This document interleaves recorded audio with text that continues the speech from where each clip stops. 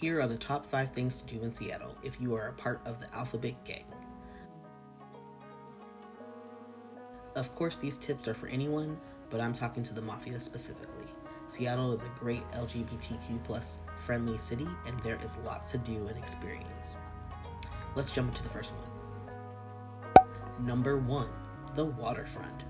The city of Seattle is rebuilding Seattle's central waterfront. Now that the Alaskan Way viaduct removal is complete, the city is constructing a park promenade along the water, building a new surface street along Alaskan Way, rebuilding Pier 58 and Pier 62, rebuilding an elevated connection from Pike Place Market to the waterfront, and improving east-west connections between downtown and Elliott Bay. I was there recently and the construction was noticeable, but not a hindrance to my experience on the waterfront. The waterfront is filled with so many activities. Just past Pier 70 is the Olympic Sculpture Park. Covered in monumental artworks, this award-winning 9-acre sculpture park on the waterfront is Seattle's largest downtown green space and is just 1 mile north of the Seattle Art Museum. Pike Place Market is considered by many the soul of Seattle. The market spans 9 historic acres in the center of downtown, where everyday locals and tourists alike shop, visit, eat, and discover. Founded in 1907, the market is one of the oldest and largest continuously operating public markets in the United States, and is brought to life by the hundreds of farmers, crafters, small businesses, and residents that call it home. This is a very busy tourist spot, so prepare to have limited space and to walk very slowly. I'd also recommend wearing a mask, even though most of it's outdoors, as the people density can be intense. The gum wall started in the 1990s, when local patrons and performers at Unexpected Productions stuck their used gum on the wall. Since those days, the wall has grown piece by piece to cover an enormous expanse of brick and continues to expand down Post Alley. The resulting colors and overall imagery are enough to catch the eye of any passerby. On Pier 5960, the aquarium is great for taking your kids or having a cute date. I would not recommend this for someone solo and with just going during the week, not the weekend. But there's lots to see and interact with, and it's worth the price, especially if you get the city pass. Opening in 1977, the Seattle Aquarium was owned and operated by the City of Seattle Department of Parks and Recreation until 2010, when the nonprofit Seattle Aquarium Society assumed its management. Currently, the aquarium's animal collection is housed within 6 major exhibits: Window on Washington Waters, Life on the Edge, Pacific Coral Reef, Birds and Shores, the Underwater Dome, and Marine Mammals. There's the Seattle Great Wheel on Pier 57 behind Miners Landing. The Seattle Great Wheel was built in less than a year. It opened to the public on June 29, 2012. Since then, it has become an icon of the city and a destination for tourists and locals alike. The Seattle Great Wheel is the largest observation wheel on the West Coast, standing 60 meters tall. Between Pier 55 and 56 lies the Argosy Cruises. For over 70 years, Argosy Cruises has been part of the Northwest fabric.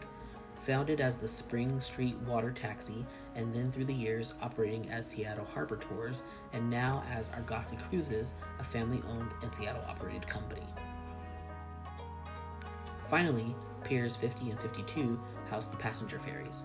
I took the West Seattle Ferry for $6 one way. This is only a small part of what you can do on the waterfront. It's a great place to explore and sightsee without having to spend a lot of money as well. Number 2. The second is the Seattle Center.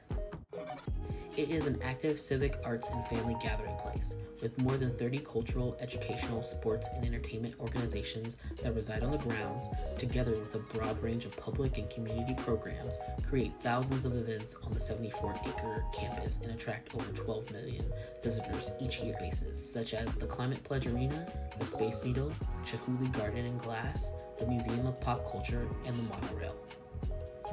The Space Needle is one of the most recognizable landmarks in the world and is a treasured Seattle icon at 605 feet tall and is one of the most photographed structures in the world. The towers offer visitors Seattle's only 360-degree indoor and outdoor panoramic views of downtown, Mount Rainier, Puget Sound, and the Cascades and Olympic mountain ranges. I came on the weekend and it was very busy inside. Bathrooms are gendered and quite small considering the amount of people. There are no stairs from the very top. The only way up and down is the elevators, so if you're claustrophobic or have a fear of heights, I'd skip this attraction. It's worth the price though, especially if you get the city pass. Chihuly Garden and Glass, a long-term exhibition, opened at Seattle Center in 2012. The exhibition includes 8 galleries, the centerpiece glass house, and a lush garden. This was by far a standout exhibit, jaw-dropping and amazing works of art. The colors and shapes are so vibrant. Glass blowing is this art and technical skill, and Chihuly and his team really showcase it well in this garden. There were points where I didn't know what was glass and what was plants in the outdoor garden space. This is an exhibit you should not miss. More than worth the price when using City Pass. Museum of Pop Culture, or MoPop, is a leading-edge nonprofit museum dedicated to the ideas and risk-taking that fuel contemporary popular culture. At MoPop, artists, audiences, and ideas converge, bringing understanding, interpretation, and scholarship to the popular culture of our time. Definitely worth the price when using City Pass. Climate Pledge Arena is the complete redevelopment of a historic landmark originally built for the 1962 Seattle World's Fair. It was renovated and preserved the original exterior and roof, which is now a Seattle landmark. The arena is home to the WNBA Seattle store and the world's biggest performance of live music and events. I enjoyed the facilities at Climate Pledge Arena. Definitely a new construction, and you can see that in the quality of the build. I like seeing all the greenery inside as well. As a transgender man, it was relieving to know that Climate Pledge Arena has all gender and family restrooms throughout the arena. Finally, the monorail. Although this technically belongs under number 3, I'll chat about it here. Seattle Center Monorail is the nation's first full-scale commercial monorail system and a beloved Seattle landmark. The monorail provides a fun, quick, and convenient link between downtown Seattle and Seattle Center. The monorail travels directly between Westlake Center Mall, which is on 5th Avenue and Pine Street, and Seattle Center. There is only one stop, so you won't get lost. Highly recommend this as a more fun way to get from downtown to the Seattle Center or from the Seattle Center to downtown. Either way. Number 3. Seattle houses all of its public transportation under Sound Transit. Sound Transit, officially the Central Puget Sound Regional Transit Authority, a few different systems. I've utilized Link Light Rail, King County Water Taxi, and the bus, both traditional and rapid buses. In addition, I took the monorail from Seattle Center to the Downtown Link connection or transfer point. The last 2 reasons for visiting Seattle are a bit of a cheat, as both are sports teams. Number 4 would be the Seattle Storm, and number 5, OL Reign. But first, the Seattle Storm.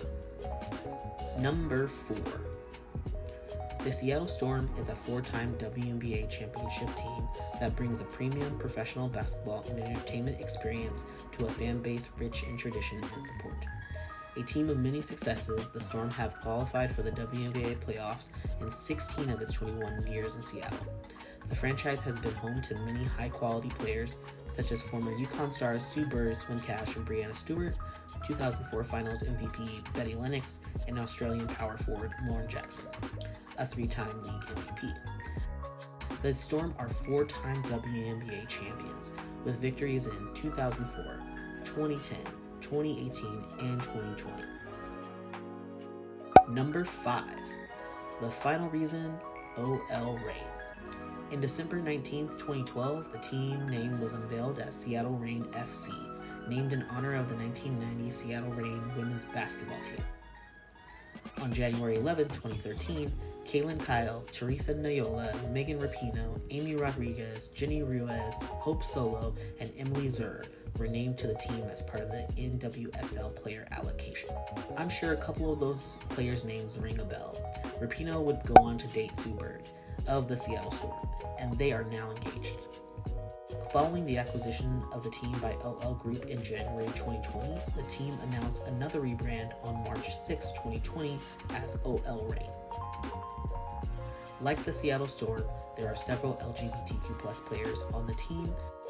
When I went to the game, I saw a sea of community, not just queer people, but allies. It was a beautiful thing and made me feel seen, accepted, and loved. Those are my top 5 things to do in Seattle. I hope you learned something new and I inspired you to take your first trip. Thank you for watching, and I'll see you in the next video.